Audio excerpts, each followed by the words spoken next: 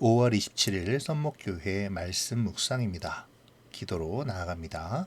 좋으신 하나님, 오늘도 말씀 앞에 섰습니다. 지혜와 명철을 주셔서 하나님의 뜻을 알게 하시고 반복되는 주님의 신앙에 대한 요청에 계속 응답하는 우리가 되도록 인도하여 주시옵소서. 감사와 찬양을 돌려드리며 예수님의 이름으로 기도합니다. 아멘. 오늘 묵상할 말씀 역대하 28장 1절로 15절입니다.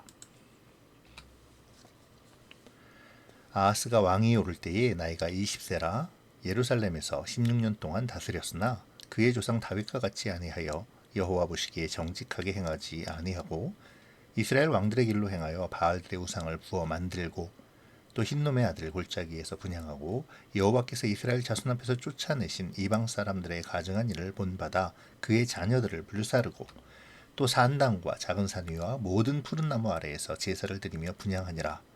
그러므로 그의 하나님 여호와께서 그를 아람 왕의 손에 넘기심에 그들이 쳐서 심히 많은 무리를 사로잡아 다메섹으로 갔으며 또 이스라엘 왕의 손에 넘기심에 그가 쳐서 크게 사륙하였으니 이는 그의 조상들의 하나님 여호와를 버렸습니다.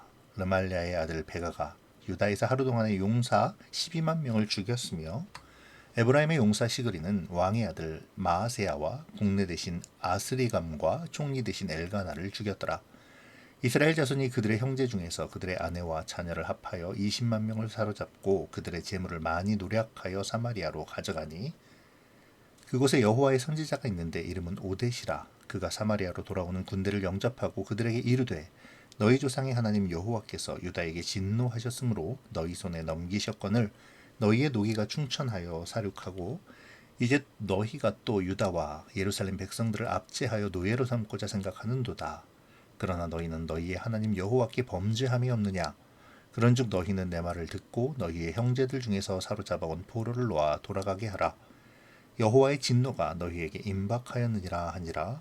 에브라임 자손의 우두머리 몇 사람 곧 요하난의 아들 아사랴와 무실레못의 아들 베레기야와 샬룸의 아들 여히스기야와 하들레의 아들 아마사가 일어나서 전장에서 돌아오는 자들을 막으며 그들에게 이르되 너희는 이 포로를 이리로 끌어들이지 못하리라.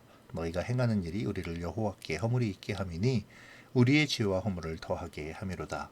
우리의 허물이 이미 커서 진노하심이 이스라엘에게 임박하였느니라 하매 이에 무기를 가진 사람들이 포로와 노략한 물건을 방백들과 온 회중 앞에 둔지라. 이 위에 이름이 기록된 자들이 일어나서 포로를 맞고 노략하여 온 것 중에서 옷을 가져다가 벗은 자들에게 입히며 신을 신기며 먹이고 마시게 하며 기름을 바르고 그 약한 자들은 모두 나귀에 태워 데리고 종려나무성 여리고에 이르러 그의 형제에게 돌려준 후에 사마리아로 돌아갔더라. 아멘. 요담에 이어 그의 아들 아하스가 왕이 되었습니다. 그러나 안타깝게도 아하스는 아버지의 선한 면을 그대로 계승하지 않았죠. 선한 왕에게서 악한 왕이 나오고 만 것입니다. 아하스는 20살에 왕이 되었습니다. 약관 20살, 뜻을 품고 삶을 개척할 나이지만 그만큼 유혹도 많은 나이죠. 아마도 아하스는 아버지 요담의 길이 재미없고 따분한 길처럼 보였을 것입니다. 신앙이 없는 사람에게는 하나님의 뜻을 따르는 것이 정말 재미없고 때로는 뒤처지는 것처럼 느껴질 테니까요. 아하스는 그 당시 유행하던 북이스라엘의 우상의 제사의식이 신문물처럼 여겨졌을 것입니다. 더군다나 21장 11절의 기록에 따르면 산당을 세우고 우상을 숭배하는 일은 음행을 동반하는 것이었기에 아하스에게는 굉장한 흥미거리였을 것이죠. 사람이 쾌락을 좇을 때 인생이 끝을 본다고 하죠. 그래서 중독의 끝은 항상 비극으로 끝나는 것을 우리는 종종 뉴스를 통해 보게 됩니다. 아하스에게도 마찬가지이죠. 그는 자신의 어린 자녀들을 불에 태워 죽이는 인신제사까지 서슴지 않습니다. 하나님께서 가장 가증스럽게 여기시는 일인데 말이죠. 하나님께서는 신명기 18장 10절과 11절에서 그러한 자를 너희 중에 보이지 않게 하라고 명령하셨습니다. 아하스는 지금 자신의 쾌락과 안위를 위해 세상 풍조를 좇으면서 하나님의 명령을 가볍게 무시하고 있는 것이죠. 이러한 아하스에 대한 하나님의 심판은 맹렬하고 혹독했습니다. 그리고 그것은 하나님을 원망할 이유가 없는 당연한 것이었죠. 5절은 그러므로라고 시작하므로 하나님의 그 맹렬하고도 혹독한 심판에 정당성을 부여합니다. 하나님께서는 아람 왕의 손에 넘기시어 그들로 하여금 심히 많은 무리를 사로잡아 다메섹으로 가게 하시고, 또 이스라엘 왕 베가의 손에 넘기시어 하루 동안 용사 12만 명이 죽게 하며 주민 20만 명이 포로로 끌려가게 하셨습니다. 하루 만에 12만 명이 죽었다. 상상이 가십니까? 요즘 같은 대량 살상 무기가 발전한 시대가 아닌 그 시대에 하루에 12만 명이 죽으려면 이것은 전쟁이 아닙니다. 일방적인 사륙이죠.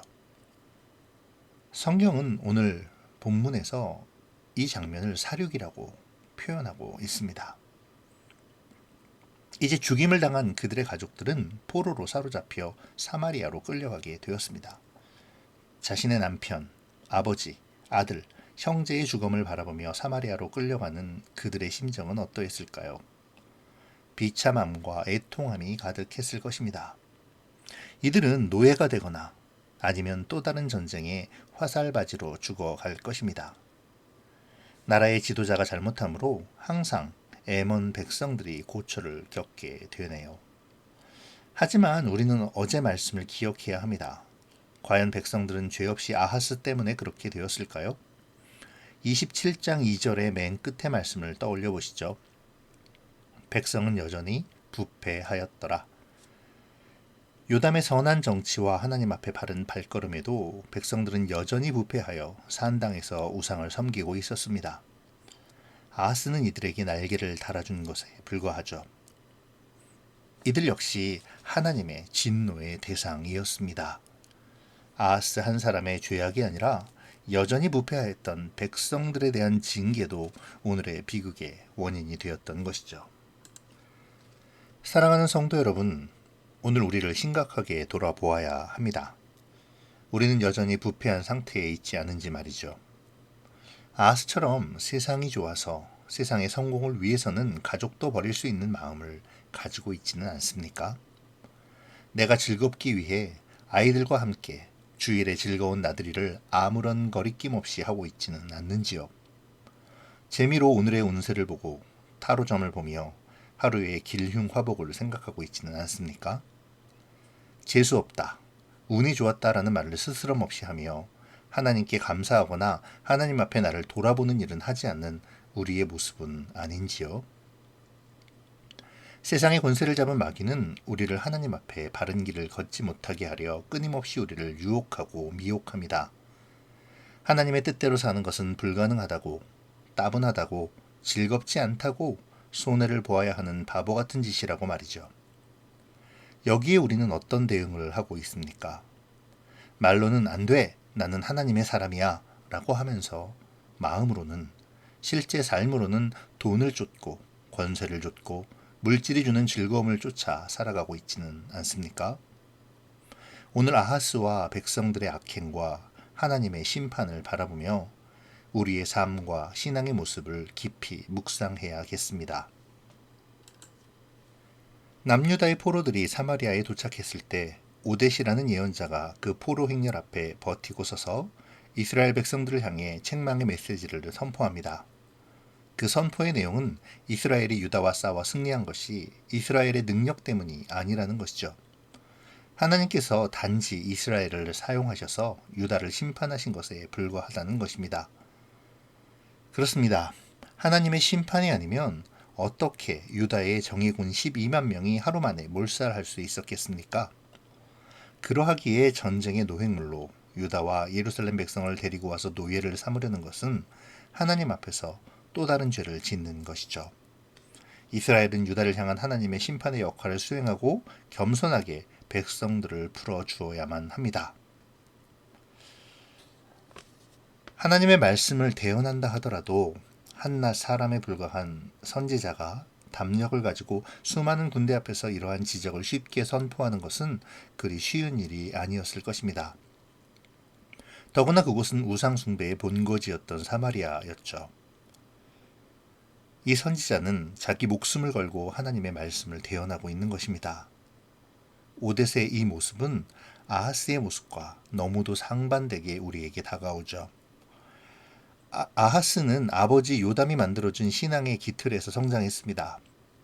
그가 하나님의 뜻을 따라 순종하고 말씀대로 나라를 다스리는 일은 오늘 오뎃이 사마리아 땅 한가운데서 북이스라엘의 수많은 군대 앞에 하나님을 전하는 것보다는 훨씬 쉬운 일이었을 것입니다.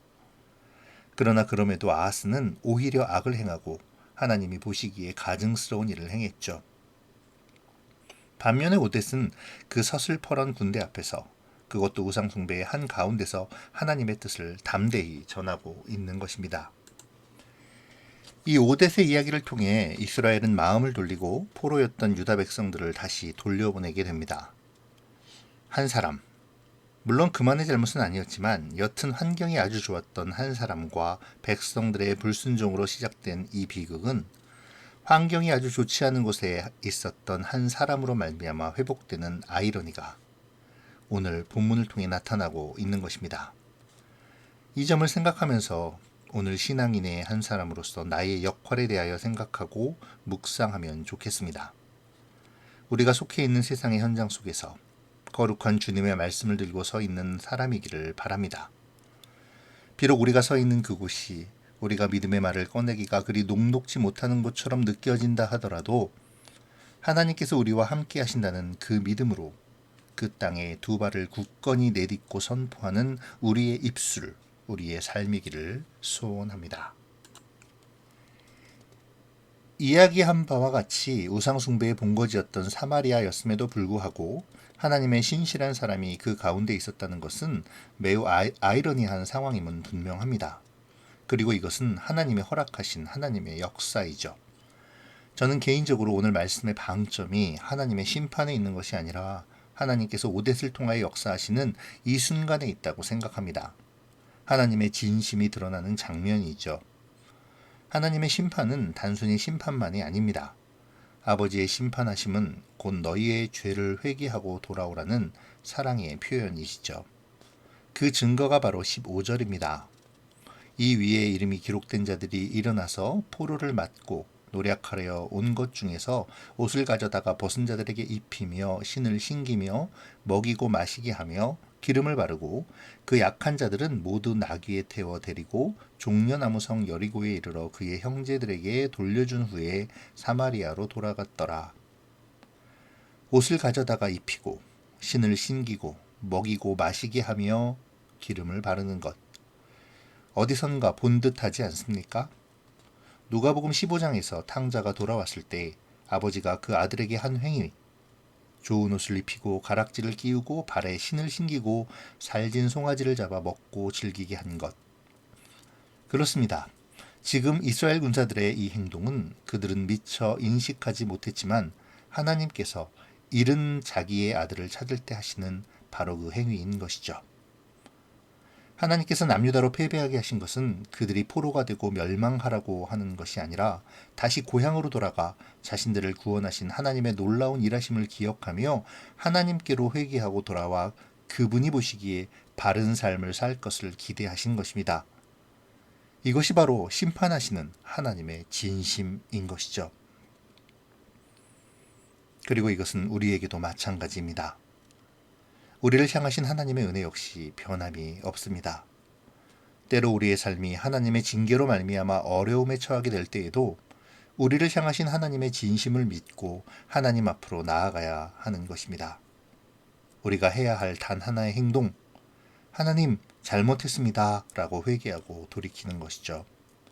나의 삶을 돌아보며 늘 하나님의 말씀으로 나를 경계하고 나의 잘못을 회개하며 그 잘못으로부터 돌이키는 것, 바로 이때 회복은 시작됩니다.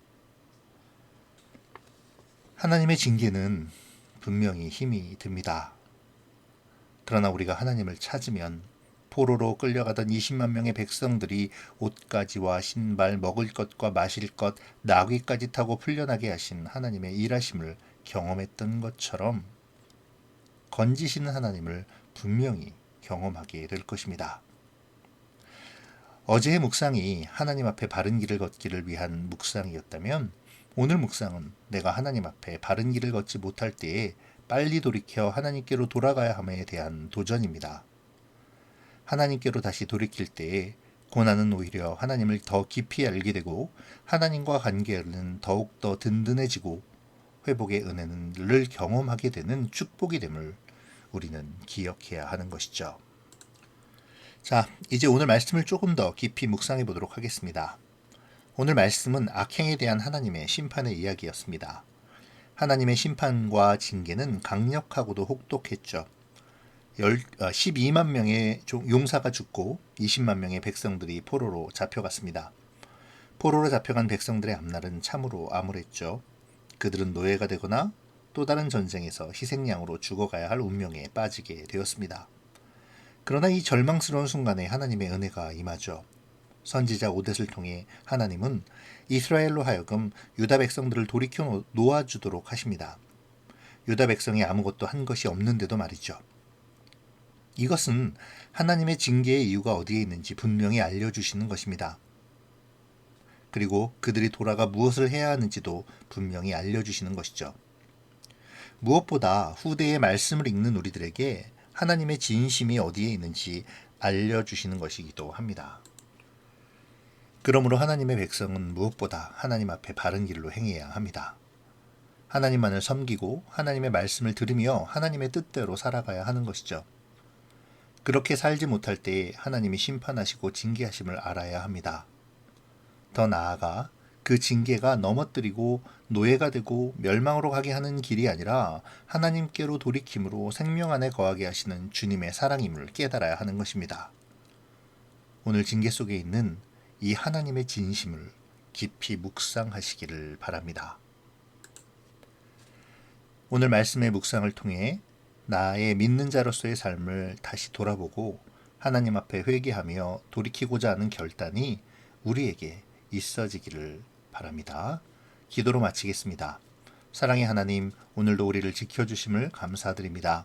악한 일이 나를 유혹하는 순간 속에서 죄악에 지지 않게 하시고 하나님이 가증하게 여기시는 그 일을 분별하여 범하지 않도록 도와주시옵소서.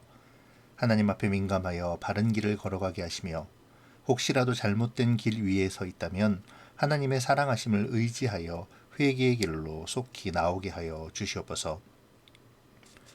오늘 하나님의 징계가 하나님의 구원을 위한 섭리임을 보았습니다. 절망 가운데 있는 유다 백성을 구원하시는 하나님의 은혜를 보았습니다. 주님, 우리가 절망 가운데 있다 하더라도 하나님의 은혜를 생각하게 하시고 주님의 은혜를 소망하며 주님께 나아와 주님 앞에서 회개하며 주의 도우심을 구하는 주님의 백성이 되게 하여 주시옵소서. 예수님의 이름으로 기도합니다. 아멘.